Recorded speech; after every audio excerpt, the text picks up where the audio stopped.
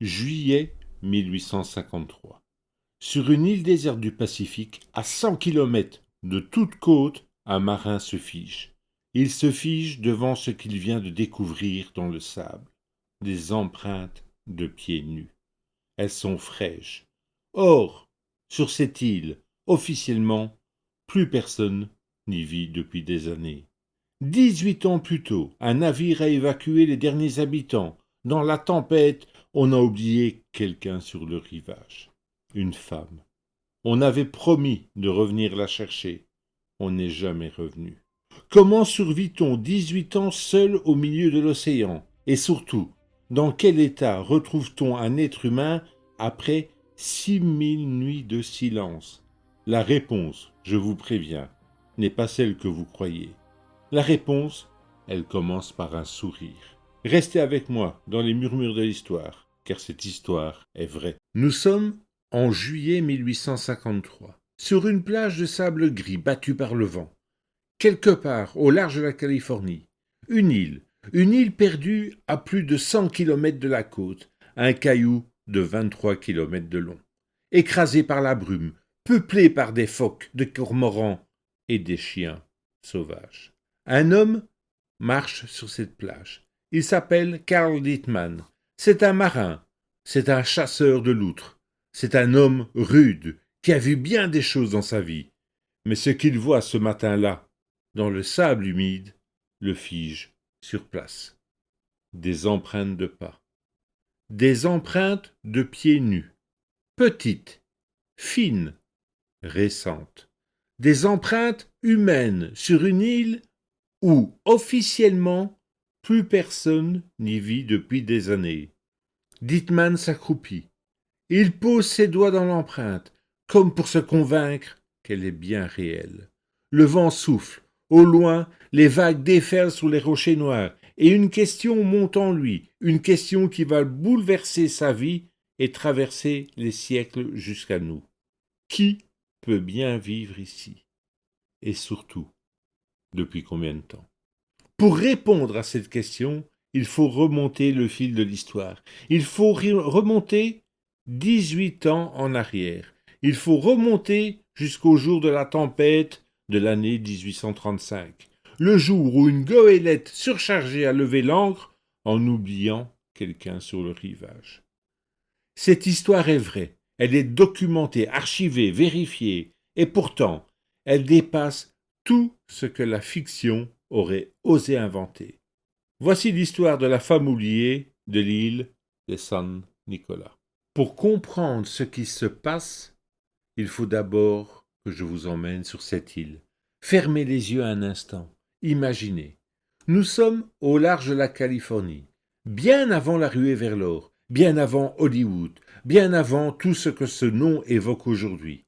Face à la côte s'égrène un chapelet d'îles, les Channel Islands, les îles anglo-dormantes du Pacifique, comme on les appellera plus tard, Santa Catalina, Santa Cruz, Santa Rosa, et puis, tout au bout, la plus lointaine, la plus isolée, la plus inhospitalière de toutes, San Nicolas. San Nicolas, c'est un plateau de grès posé sur l'océan, balayé en permanence par un vent du nord-ouest qui ne faiblit presque jamais. Pas d'arbres, ou si peu. Des buissons rabrouis couchés par les rafales des dunes, des falaises, des sources d'eau douce, rares, précieuses, et tout autour, à perte de vue, le Pacifique, gris, froid, immense. Et pourtant, sur ce caillou perdu, des êtres humains vivent depuis des milliers d'années. On les appelle les Nicoléos. C'est un petit peuple, quelques centaines d'âmes tout au plus, qui ont appris à survivre là où presque rien ne pousse. Ils ne cultivent pas la terre ne donne rien, alors ils se tournent vers la mer, ils pêchent, ils ramassent les coquillages, les ormeaux, dont les coquilles nacrées brillent comme des miroirs. Ils chassent les phoques et la loutre. Ils tressent des paniers si serrés qu'ils retiennent l'eau. Ils sculptent des hameçons dans le nacre, des outils dans les os de la baleine. Des générations entières naissent, vivent et meurent sur San Nicolas, dans des huttes de broussailles et d'os de baleine, au son éternel du vent et des vagues. Et puis un jour, le monde extérieur arrive. Et comme souvent dans l'histoire, le monde extérieur arrive avec des fusils. Au XIXe siècle, la fourrure de l'outre des mers vaut une fortune. Les marchands russes installés en Alaska en ont fait un commerce colossal. La fourrure de loutre est la plus dense du règne animal. 1 million de poils par pouce carré. Les mandarins chinois la payent à un prix d'or. Alors les compagnies russes envoient vers le sud des expéditions de chasse, avec à leur bord des chasseurs redoutables, des Aléoutes et des hommes du Kodiak, recrutés parfois de force dans les îles glacées de l'Alaska. Il faut imaginer ce que représente alors ce commerce. Une seule peau de loutre se négocie au prix de plusieurs années de salaire d'un ouvrier. Les eaux du Channel Island, où les outres pullulent encore, sont un Eldorado. Et dans cet Eldorado, le peuple insulaire ne pèse rien, personne ne les protège, aucune loi ne s'applique à 100 kilomètres des côtes. Ce qui se passe sur l'île reste sur l'île. En 1814, l'une des expéditions débarque sur San Nicolas. Le navire s'appelle Ilmena. À son bord, des chasseurs aléoutes, sous commandement russe, qui s'installent sur l'île pour une longue campagne de chasse. Des semaines durant, les deux mondes cohabitent, mais la tension monte. Ce qui se passe alors, les archives ne la racontent qu'à demi-mot, mais ces demi-mots suffisent à glacer le sang.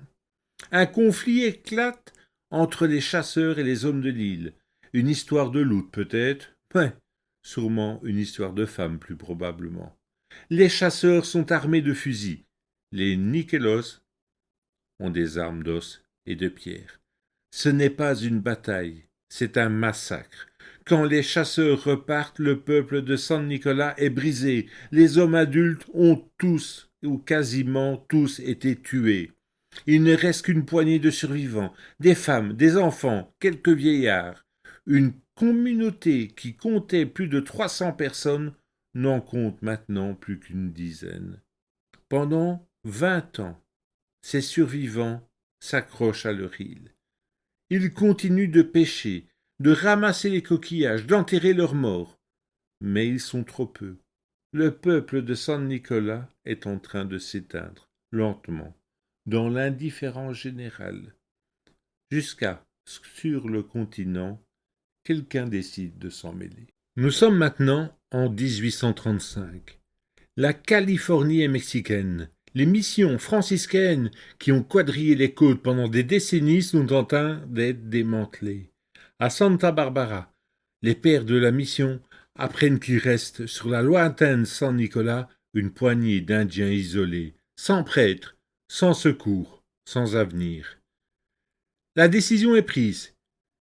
Il faut aller les chercher, les ramener sur le continent, les sauver, pense-t-on.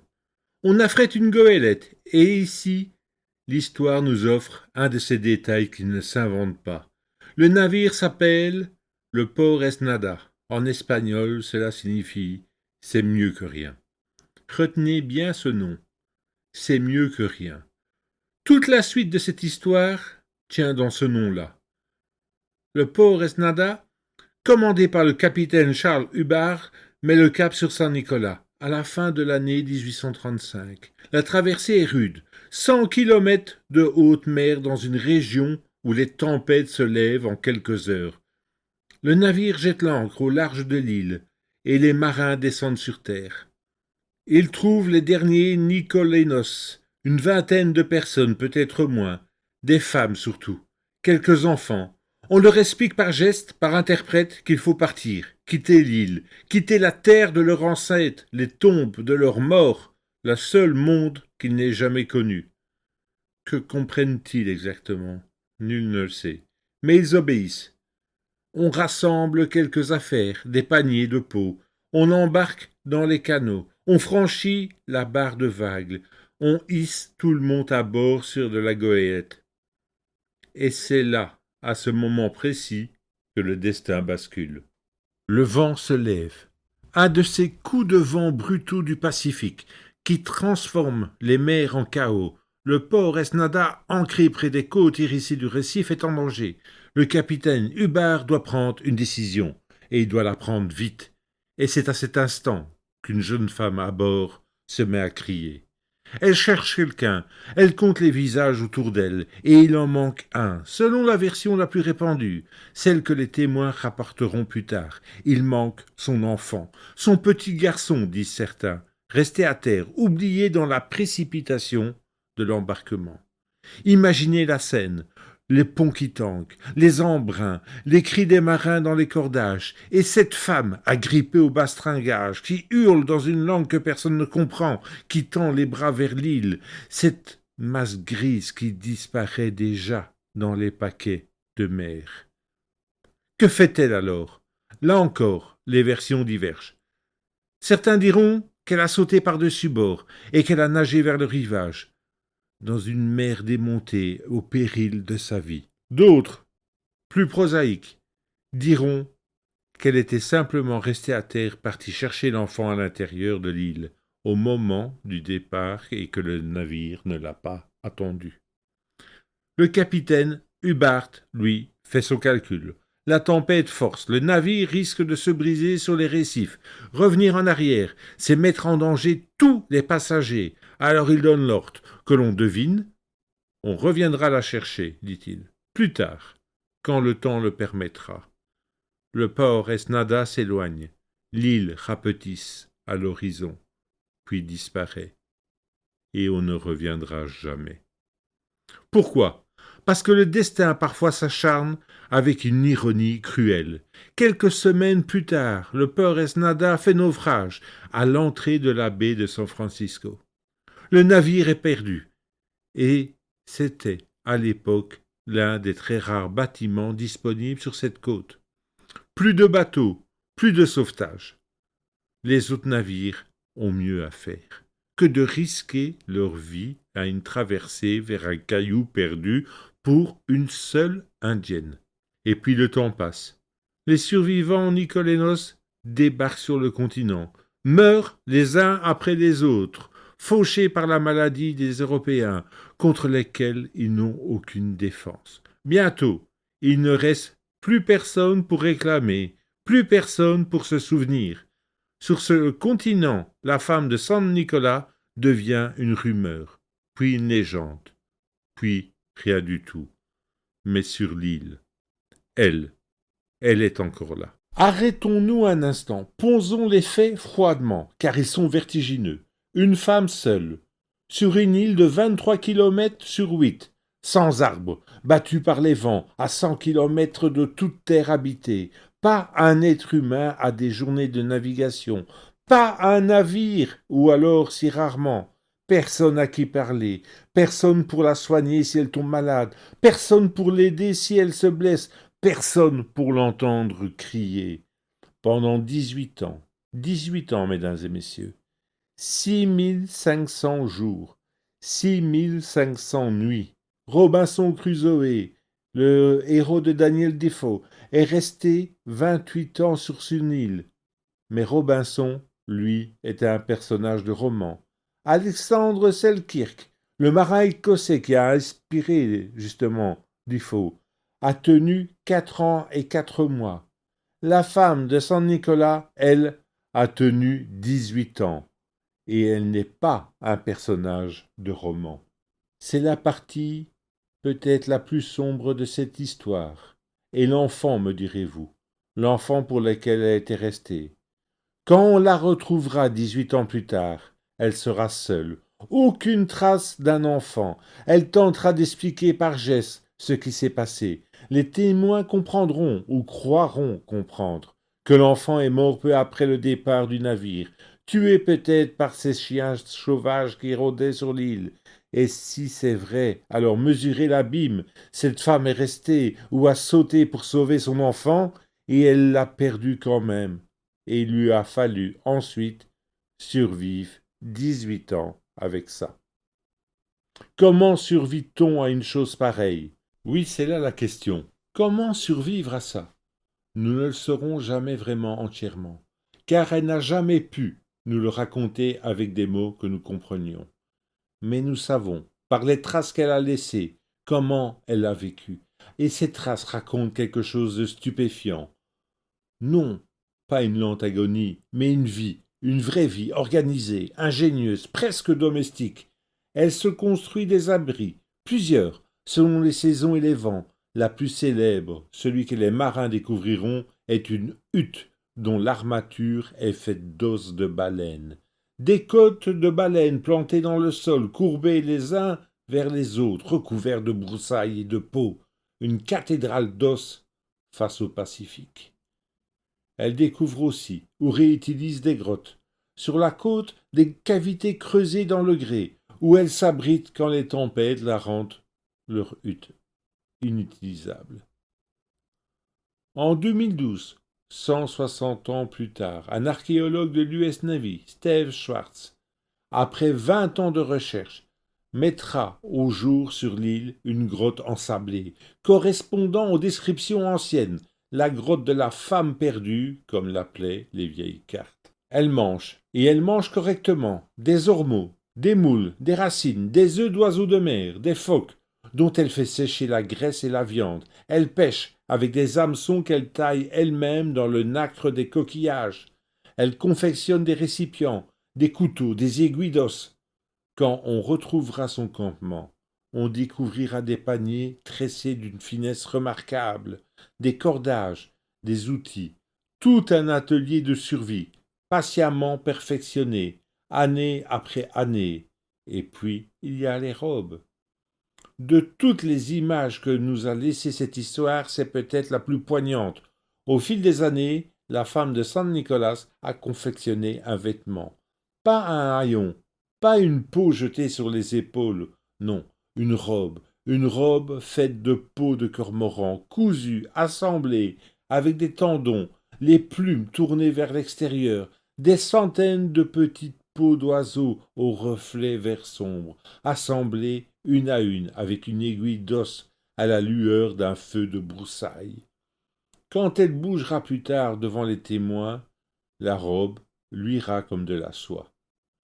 Pensez-y, personne ne la voit, personne ne la verra peut-être jamais, et pourtant, elle coud, ajuste, embellit, elle fait œuvre de beauté dans la plus parfaite des airs humains, comme si en cousant cette robe, elle refusait de cesser d'être une femme parmi les hommes, comme si elle cousait, point après point, sa propre humanité. L'île est infestée de chiens sauvages, descendants des chiens de Nicolas retournés à l'état féroce. Ce sont peut-être eux qui ont tué son enfant. Ce sont eux, en tout cas, qui représentent le seul danger réel de l'île.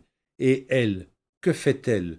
Au fil des années, par une patience dont on a à peine à se faire une idée, elle en apprivoise certains. Les témoins de 1853 le diront. Des chiens vivaient près d'elle, l'accompagnaient, dormaient près de sa hutte. Elle a fait des descendants possibles des tueurs de son enfant ses seuls compagnons.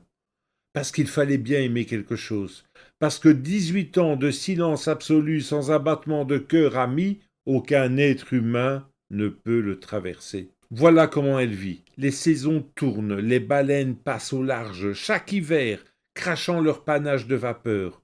Les tempêtes succèdent aux brumes. De temps en temps, très rarement, une voile paraît à l'horizon, des chasseurs de loutres, des baleiniers. S'est-elle cachée d'eux? Par peur? Leur a-t-elle fait signe? Qu'ils n'ont peut-être pas vu? On raconte que des chasseurs une fois aperçurent une silhouette qui fouillait. Mais on raconte beaucoup de choses. Ce qui est sûr, c'est que pendant 18 ans, personne ne vient. Sur le continent, le monde change à toute allure. La Californie devient américaine, on découvre l'or. San Francisco explose, mais à Santa Barbara, une rumeur persiste. Il y aurait une femme encore vivante sur San Nicolas. Un vieux prêtre, hanté par cette âme abandonnée, offre 200 $ à qui la ramènera. Un homme se laisse prendre par cette histoire. C'est Georges Niederwehr. Ancien trappeur des Rocheuses, chasseur d'ours, un colosse au sang froid, légendaire. En 1852, Lors d'un passage sur l'île, ces hommes trouvent des empreintes fraîches et de graisse de phoque mise à sécher. La preuve que quelqu'un vit là, mais la mer se lève, il faut repartir. Nidever a un code, appris dans les montagnes. On n'abandonne pas quelqu'un. En juillet 1853, il revient une troisième fois, décidé à fouiller l'île, mètre par mètre. Son marin, Karl Dittmann, suit les traces, découvre des paniers, des outils, des abris, puis sur une crête, près d'une hutte d'os de baleine, une silhouette assise, vêtue d'une robe de plumes qui luit dans la lumière. C'est elle. Elle est là, l'inattendue. Elle ne fuit pas. Elle ne crie pas. Elle sourit. Elle s'incline. Elle parle dans une langue que personne ne comprend. Et elle leur fait signe de s'asseoir. Cette femme, qui n'a pas vu un visage humain depuis 18 ans, fait le seul geste qui lui reste de toute civilisation au monde. Elle leur offre à manger. Les hommes, des durs, des chasseurs, en restent bouleversés. Ils attendaient une créature hagarte. Ils trouvent une femme droite, vive, au visage ouvert, qui rit volontiers et semble tout simplement heureuse de les voir. Elle rassemble méthodiquement ses trésors, ses outils, sa robe, siffle ses chiens et suit ses inconnus vers le navire. À Santa Barbara, elle est une célébrité. Elle découvre une ville, des chevaux qu'elle n'avait jamais vus, des tissus, de la musique. Elle chante, elle danse. Un jour, on lui présente un nourrisson. Elle le berce longtemps, les yeux fermés, en chantant tout bas. 18 ans plus tôt, elle était restée sur une île pour un enfant. Personne dans la pièce n'a besoin de traduction. Mais il y a une douleur immense. Personne ne la comprend. On fait venir d'autres Amérindiens en vain. 4 mots seulement de sa langue seront notés et nous parviendrons. Les siens, les survivants de 1835, sont presque tous morts d'épidémie. Elle est la dernière de son peuple. Elle a survécu au massacre, à l'abandon, à la mort de son enfant, à 18 hivers. Elle ne survivra pas à la civilisation. Son corps, habitué aux poissons et aux racines, ne supporte pas la nourriture du continent. Son organisme, isolé, est sans défense face aux microbes. Elle tombe malade. Avant de mourir, on la baptise et on lui donne enfin un nom, car personne n'a jamais su le vrai. Johanna Maria. Le 19 octobre 1853, 7 semaines après avoir quitté son île, elle s'éteint dans la maison de Georges Nidever. 18 ans d'attente, 7 semaines de retrouvailles. Que reste-t-il d'elle? Une île, Saint-Nicolas. Aujourd'hui, base militaire interdite au public. Une grotte ensablée, retrouvée puis refermée. 4 mots d'une langue morte. Une plaque de bronze sur un mur de mission. Et un livre, Livre des dauphins bleus, qui a fait connaître son histoire à des millions d'enfants sans qu'ils sachent toujours qu'elle était vraie. Mais il reste surtout une question. Ce sourire, d'où venait-il? Peut-être nous murmure-t-il que la dignité humaine n'a pas besoin de témoins, qu'elle peut tenir intacte sur un rocher perdu au milieu de l'océan, dans un cœur de femme dont nous ne saurons jamais son vrai nom. Elle s'appelait Johanna Maria. C'est le nom que d'autres lui ont donné. Son vrai nom, elle l'a emporté avec elle. C'était la femme oubliée de l'île de Saint-Nicolas. Une histoire vraie. Les murmures de l'histoire. À très bientôt pour un nouveau murmure.